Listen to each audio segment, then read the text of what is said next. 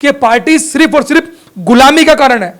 ये पार्टियां अगर ढंग से काम कर रही होती तो हमें संगठन बनाने की जरूरत थोड़ा पड़ती। अमित शाह बोलते हैं अरे 15 लाख आएंगे भाई, 15 लाख आएंगे भाई। जुमलों की सरकार पैदा कर दी गई है और तमाम बोला गया कि हम लोग देश के अंदर जो है बाहर का जो धन है वो भारत के अंदर लाएंगे। उल्टा क्या किया, भारत का सारा धन बाहर भेज दिया गया। तो सरकारों ने अगर ढंग से काम किया होता तो हम जैसे लोगों को सरकार के लिए काम करना होता, ना कि सरकार के लड़ना होता। वो काम नहीं कर रही है, इसलिए हम सरकार के विरोध में काम कर रहे हैं। बीजेपी चाहती है फेर बना ली जाए, लेकिन जब तक हमारे जैसे लोग जिंदा हैं, भाजपा को इस पूरे देश के अंदर से उखाड़ फेंकने का हम लोग करेंगे। और संकल्प ले लिया हम लोगों ने, तमाम पूरे देश के अंदर हम लोग नुक्कड़ सभाएं कर रहे हैं, घर घर जाके टीम लगा दी गई है कि भाजपा को कैसे भी रोका जाए। आज खुल्लम खुल्ला जो है भारत का संविधान जलाया भी जाता है, खुल्लम खुल्ला नया संविधान बनके तैयार हो गया। ऐसा कौन कह रहे हैं? वो बीजेपी के आरएसएस के लोग। कोई नहीं बोल रहा है ठेकेदारी के ऊपर, कोई नहीं बोल रहा है रेल के ऊपर, कोई नहीं बोल रहा है गेल के ऊपर। ये सरकार कोई भी, मणिपुर के अंदर इतना बड़ा कांड हो गया, हमारी बहन बेटी को नंगा घुमाया जा रहा है, लेकिन कोई बोलने के लिए तैयार नहीं है।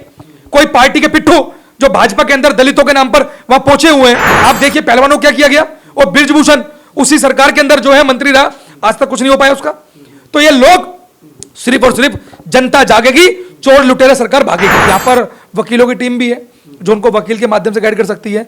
यहाँ पर आरटीआई विंग भी है जो उनके अधिकारों की जानकारी उनके आरटीआई लगा के दिलवा सकती है। यहाँ पर संगठन की ताकत भी है। उनको पता है हमने नौकरियां खत्म कर दी, उनको पता हमने भारत का सब कुछ बेच दिया। उसके बावजूद भी अगर ये दलित लोग हैं, ये ओबीसी के लोग हैं, एससी एसटी ओबीसी या जो दबे कुचले लोग हैं, अगर ये अपनी आवाज उठाएंगे तो किसके माध्यम से उठाएंगे? अब ये संविधान के माध्यम से उठाएंगे। तो संविधान के माध्यम से उठाएंगे तो क्यों ना आप संविधान खत्म कर दिया जाए। पहले नौकरी खत्म करी, ठेकेदारी आ गई, फिर सामान को भारत से बेचना स्टार्ट किया, वो सामान बेच दिया गया, रेल बेच दी, गेल बेच दी, सब कुछ बेच दिया गया। उसके बाद आर्मी प्राइवेट कर दी गई। अब उसके बाद कुछ बचा है तो सिर्फ भारत का संविधान बचा है, वो उससे छेड़छाड़ करके उसको खत्म करके नया संविधान लागू करना चाहती है। मोदी सरकार ने ऐसी पार्टी समझौता कर रही है जिनका हमने नाम नहीं सुना, ऐसी पार्टी को पिक्चर लेने का नाम नहीं सुना, जिनके कोई ना मेंबर है ना कोई रजिस्टर्ड है। उन सबको वो मिला के दिखाना चाह रही है कि हमारा इतने पार्टी से गठबंधन है। जो जम्मू कश्मीर के कई राज्यों के राज्यपाल रहे, वो ये बोल रहे हैं कि भाजपा इस हद तक जा सकती है, क्या पता राम मंदिर पर अटैक कर दे, राम मंदिर पर अटैक करवा दे और दिखा दे कि इस चाल मुसलमानों की। जब भी इस भारत के अंदर चुनाव की बात आती है तो इस देश के अंदर चीन का मुद्दा, पाकिस्तान का मुद्दा, जहां पर भी जो बॉर्डर लगे देश है उनका मुद्दा उठाया, मैक्सिमम पाकिस्तान का मुद्दा उठाया, क्योंकि मुसलमान कंट्री बड़े पैमाने पर गर्व से को हिंदू है भाई, वो ये नारा दिए जा रहा है। लेकिन अब गर्व करने वाली बात तो हो कुछ भाई, हमें रोजी नहीं है, रोटी नहीं है, रोजगार नहीं है, युवा जो है सड़कों पर है, युवा नौकरी मांगने जा रहा है, लोग तो लाठी पड़ रही है, बहन बेटी सुरक्षित नहीं है, तो कैसे गर्व से करें? ऐसी सरकार को तो इस देश के अंदर से अपने आप ही इस्तीफा दे देना चाहिए नरेंद्र मोदी को कि हम लोग देश को संभाल नहीं पा रहे। तो हमें ऐसे लोगों को उखाड़ फेंकने की तैयारी करनी होगी, तो संविधान को बचाना होगा। बाबा साहब डॉक्टर अम्बेडकर बोलते हैं कि मैं सिर्फ और सिर्फ आप इस संविधान को बचा कर रखना, मैं पूरा देश बचा रहेगा। तो हमें संविधान बचाने की जरूरत है, ना कि हिंदू मुस्लिम के दंगों में पड़ने की जरूरत है। अब हिंदू मुस्लिम दंगे जो लोग करवाते हैं उनको इस देश से उखाड़ फेंकने का हमें करना होगा। नमस्कार और स्वागत है आप सभी का। दोस्तों मैं ध्रुव और आप देखना शुरू कर चुके हैं डेली न्यूज इंडिया। वैसे आज हम बैठे हैं राष्ट्रीय झाड़ू मंच यानी कि एक संगठन है, और इस संगठन के जो प्रेसिडेंट हैं लाखन सिंह जी हमारे साथ में बैठे हैं, और इनसे जो है बहुत ढेर सारी बात आज इस वीडियो के माध्यम से आप लोगों के बीच में पहुंचेगा। जी सर, स्वागत है। धन्यवाद ध्रुव जी, आपका भी स्वागत है कि आप समय निकाल कर यहाँ पहुंचे। हम जानना चाहेंगे कि राष्ट्रीय झाड़ू मंच जो संस्था है, इसके संस्थापक कौन है? इसके संस्थापक मैं किसी का एक का नाम नहीं लेना चाहता हूँ, अपना नाम लेना नहीं चाहता हूँ। हम लोग वो लोग हैं जो शोषित हैं, पीड़ित है, वंचित है, जिनकी आवाज कहीं ना कहीं दबाई जा रही है, वो सब लोग इसके संस्थापक हैं। अगर संस्था की बात की जाए, शोषित और पीड़ितों की बात की जाए, तो बहुत सी संस्थाएं हैं जो इनको जो है सपोर्ट करने के लिए, लेकिन आपको ज़रूरत क्या पड़ गई मतलब राष्ट्रीय झाड़ू मंच संस्था को बनाने के लिए? हाँ बिल्कुल ध्रुव जी, आपने बिल्कुल एकदम सटीक सवाल पूछा। हम लोग भी नहीं चाहते थे कि संस्था बनाई जाए, लेकिन जब हमने देखा कि पूरे भारत के अंदर बहुत सारे संगठन, बहुत सारे अन्य महापुरुषों के नाम पर संगठन बने हुए हैं, लेकिन जब काम करने की बारी आ रही है तो काम करने के बारे में कहीं दूर दूर तक हमें दिखाई नहीं दे रहे। SC/ST एक्ट के अंदर कोई सुप्रीम कोर्ट नहीं पहुंचा। SC/ST एक्ट के बाद तमाम ऐसी घटनाएं, स्कूल बंद होने पर या तमाम ऐसे मुद्दों पर कोई संगठन नहीं पहुंचा। तब जाकर हमने राष्ट्रीय झाड़ू मंच की स्थापना करी, और तमाम वो शोषित, पीड़ित, वंचित लोग, वो किसी भी जाति के हो, किसी भी धर्म की हो, जिनकी आवाज दब रही थी, उनकी आवाज उठाने का हम लोगों ने किया। अगर बात की जाए आवाज उठाने की, तो बहुत सी ऐसे राजनीतिक पार्टियां भी हैं जो टाइम आने पर जो है अपना दावा ठोकती हैं और कदम से कदम मिलाकर चलने की कोशिश करती हैं और कहती हैं कि हम चलते भी हैं। तो क्या लगता है कि मतलब आपका संस्था और उन पार्टियों को अगर ध्यान में रखा जाए तो बेटर कौन, कैसे क्या हो पाए? राजनीतिक पार्टियां सिर्फ और सिर्फ आदमी का शोषण करने का काम कर रही है। तमाम वो पार्टियां, चाहे कांग्रेस हो, बीजेपी हो या आम आदमी पार्टी हो, अन्य कोई भी पार्टी हो, वो सिर्फ और सिर्फ आज तक देखिए वोट देते देते लोगों को कहां पहुंचा दिया गया। आज वोट देने से सरकार बनती है और सरकार के लोग जिस संविधान के तहत सरकार बनी है उस संविधान को खत्म करने की बात कर रहे हैं। तो ऐसे लोगों का बायकॉट करने के लिए, ऐसे लोगों का विरोध करने के लिए हम लोगों ने संगठन को डेवलप किया और डेवलप करने के बाद हम पूरे भारत के अंदर उन लोगों को चेताने का काम कर रहे हैं कि ये पार्टी सिर्फ और सिर्फ गुलामी का कारण है। ये पार्टियां अगर ढंग से काम कर रही होती तो हमें संगठन बनाने की जरूरत ना पड़ती। पार्टी ढंग से काम नहीं कर पा रही है, आवाज बोल नहीं पा रही है, इसलिए हम लोग जो है रोड के ऊपर संगठन बना रहे हैं। जिन पार्टियों की सरकार है, चाहे केंद्र में चाहे राज्य में, वो तमाम योजनाओं के तहत जो है लोगों को जमीनी स्तर पर सुविधाएं मुहैया कराने की दावा ठोकती रही हैं। देखिए, दावा तो जो है इस देश के अंदर राजनीतिक पार्टी सरपंच से लेकर प्रधानमंत्री तक सारे दावा ठोकते हैं। वो प्रधानमंत्री बोलता है क्या, वो अमित शाह बोलते हैं, अरे 15 लाख आएंगे भाई, 15 लाख आएंगे भाई। जुमलों की सरकार पैदा कर दी गई है और तमाम बोला गया कि हम लोग देश के अंदर जो है बाहर का जो धन है वो भारत के अंदर लाएंगे। उल्टा क्या किया, भारत का सारा धन बाहर भेज दिया गया।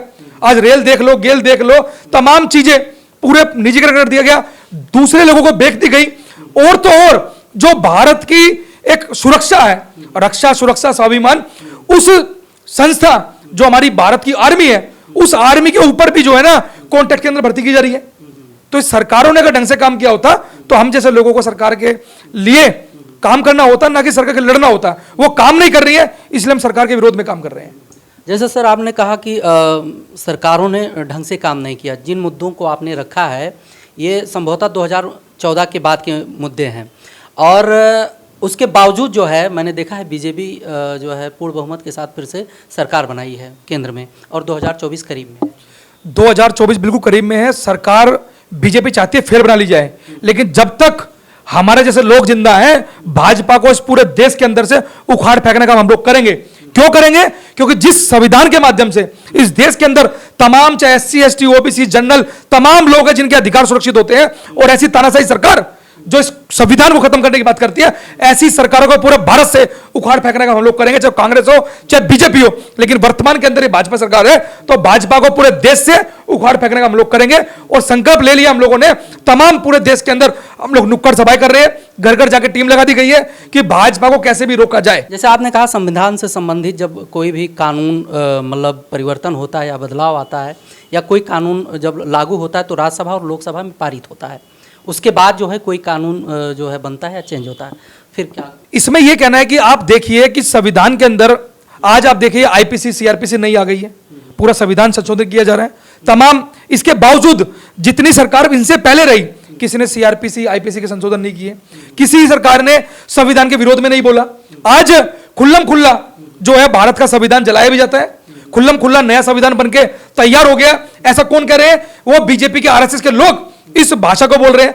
आरएसएस का व्यक्ति वो बुक को लॉन्च करता है, और बुक को लॉन्च कौन करता है? भारत का प्रधानमंत्री। उस बुक के अंदर सारी की सारी जो मनुवादी व्यवस्था है वो बातें लिखी गई हैं, नया संविधान बनकर तैयार है। वो ऐसा प्रोपगंडा भारत को जब दिखा रहे हैं, जो ये व्यक्ति बोल रहा है, तो भाई उन व्यक्तियों को हम लोग क्या सर पे ढोने काम करेंगे? उनको तो उतार फेंकने काम हम लोग करेंगे। तो इसलिए ये लोग संविधान के विरोध में है, ये सरकार संविधान के विरोध में है, ये सरकार तमाम शोषित, पीड़ित, वंचित लोगों के हक अधिकार के विरोध में है।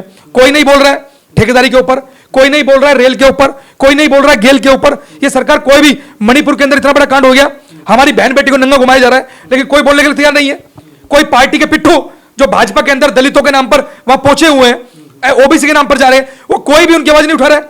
आप देखिए पहलवानों को क्या किया गया, वो ब्रिजभूषण उसी सरकार के अंदर जो है मंत्री रहा, आज तक कुछ नहीं हो पाया उसका।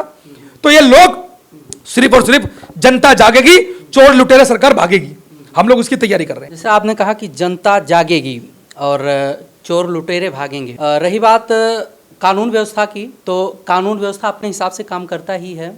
और रही बात आपकी संस्था की, आपने कहा कि जो है जो शोषित हैं, प्रताड़ित हैं, उनका सपोर्ट करते हैं, तो मतलब किस प्रकार से, कैसे काम करता है आपका संगठन? इस पर बात। संगठन ऐसे काम करता है कि तमाम वो चीज जो इस भारत के अंदर आज भी रोज के 30 रुपए पे, 50 रुपए पर लाखों करोड़ों लोग जिंदा है, और लाखों करोड़ लोग जिंदा है, उनकी सरकार सुनती नहीं है। तो हम लोग उनको हर चीज वो मार्गदर्शन करते हैं, वो रास्ता दिखाते हैं जिनसे उनकी समस्या का समाधान हो। यहाँ पर वकीलों की टीम भी है, जो उनको वकील के माध्यम से गाइड कर सकती है। यहाँ पर आईटी विंग भी है जो उनके अधिकारों की जानकारी उनके आईटी लगा के दिलवा सकती है। यहाँ पर संगठन की ताकत भी है जो उनकी समस्याओं को संविधान के तहत हम लोग उठा सकते हैं। और उस उठा के साथ साथ जब संगठन होगा जो गरीब है, पीड़ित है, शोषित है, वंचित है, जिसकी आवाज दब रही है, जब संगठन की ताकत होगी तो उसकी समस्या पर समाधान भी होगा।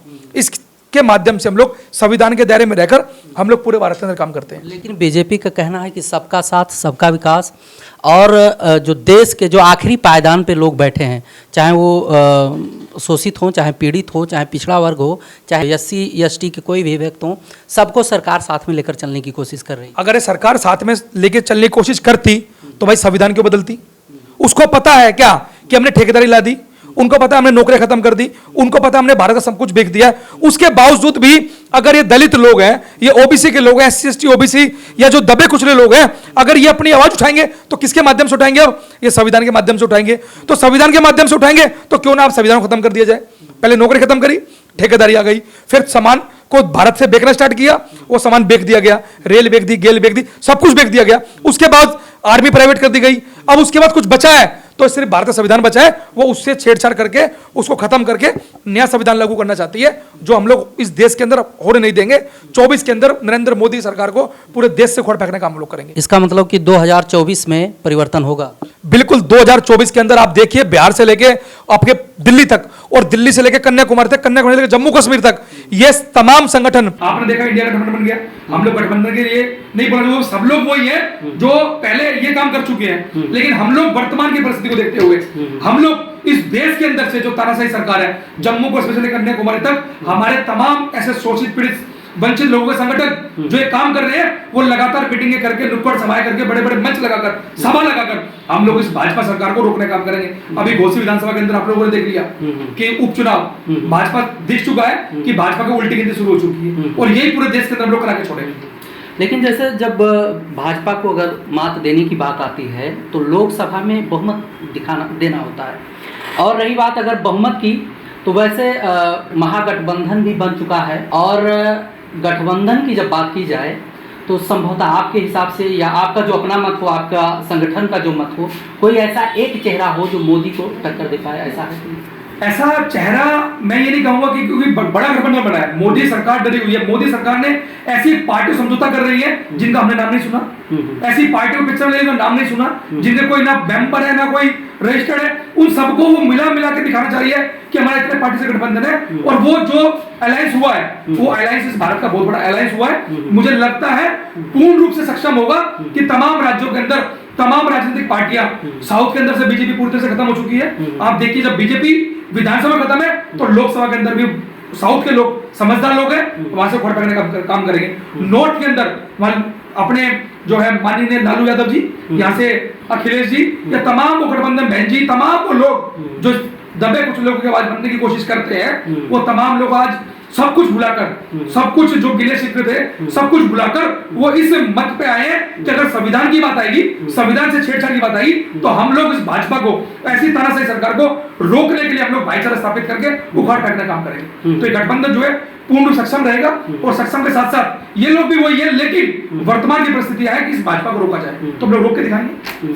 आपने कहा कि गठबंधन जो है ये रोकेगा, और जो है काफ़ी दिनों की बात है, मतलब जब भी सत्ता में बीजेपी आया है तो विपक्षी पार्टियों का आरोप रहा है कि जो सरकार धर्म से संबंधित राजनीति करती है, लेकिन गठबंधन पर अभी जल्द में ही आरोप लगा है सनातन धर्म को लेकर कि अब जो है सनातन धर्म को टारगेट करके राजनीति करना शुरू कर दिया है। गठबंधन के ऊपर ही ये आरोप है। ये आरोप गठबंधन में नहीं है, ये भाजपा की तो आज से नहीं, चाहे 1992 का राम मंदिर हो भाई, राम मंदिर का आंदोलन हो, चाहे ये अपना जो है ये अभी जो राम मंदिर नया बन गया उसकी बात हो। आप ये देखिए, जो भाजपा से निकले हुए लोग, जो भाजपा से निकले हुए लोग हैं, जो राज्यपाल रहे जम्मू कश्मीर के, जो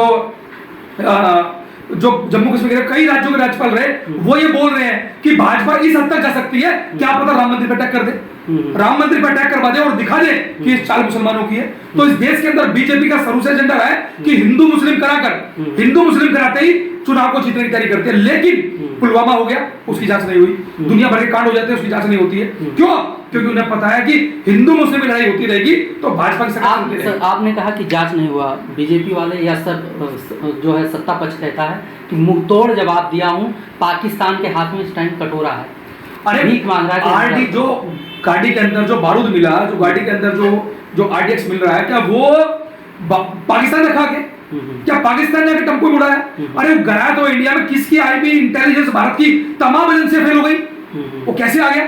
तो आप ये देखिए, ये पूरा का पूरा बीजेपी का षड्यंत्र है। और कहीं ना कहीं जब भी इस भारत के अंदर चुनाव की बात आती है तो इस देश के अंदर चीन का मुद्दा, पाकिस्तान का मुद्दा, जहां पर भी जो बॉर्डर लगे देश है उनका मुद्दा मैक्सिमम पाकिस्तान का मुद्दा उठेगा, क्योंकि मुसलमान कंट्री है। तो उन्हें पता है कि वहां से टारगेट करेंगे तो यहाँ का मुसलमान टारगेट होगा, और टारगेट होगा तो हिंदुओं इकट्ठा कर जो 85% जनसंख्या उनको बेवकूफ बनाकर हम लोग सत्ता में आ जाएंगे। तो ये लगातार बीजेपी का षड्यंत्र है कि हिंदू मुस्लिम के माध्यम से ये भारत के अंदर सरकार बनती आई भाजपा की। और आज वो बड़े पैमाने पर गर्व से को हम हिंदू है भाई, वो ये नारा दिए जा रहा है। लेकिन अब गर्व करने वाली बात तो हो कुछ भाई, हमें रोजी नहीं है, रोटी नहीं है, रोजगार नहीं है, युवा जो है सड़कों पर है, युवा नौकरी मांगने जा रहा है, लोग तो लाठी पड़ रही है, बहन बेटी सुरक्षित नहीं है, तो कैसे गर्व से गए भाई? तो ऐसी सरकारों को क्या रहना चाहिए? ऐसी सरकार को तो इस देश के अंदर से अपने आप ही इस्तीफा दे देना चाहिए नरेंद्र मोदी को कि हम लोग देश को संभाल नहीं पा रहे हैं, तो हमें ऐसे लोगों को उखाड़ फेंकने की तैयारी करनी होगी।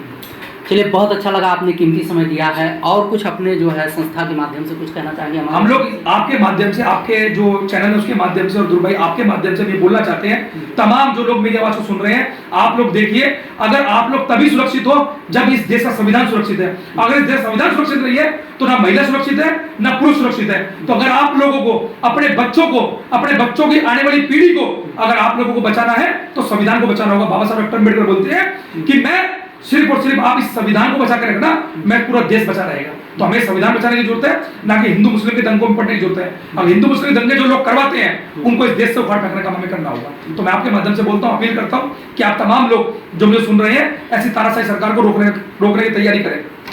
चलिए, बहुत बहुत धन्यवाद। बाकी दोस्तों आप बने रहिए, हम मिलेंगे ढेर सारे अपडेट के साथ ढेर सारे वीडियो में। तब तक के लिए नमस्कार।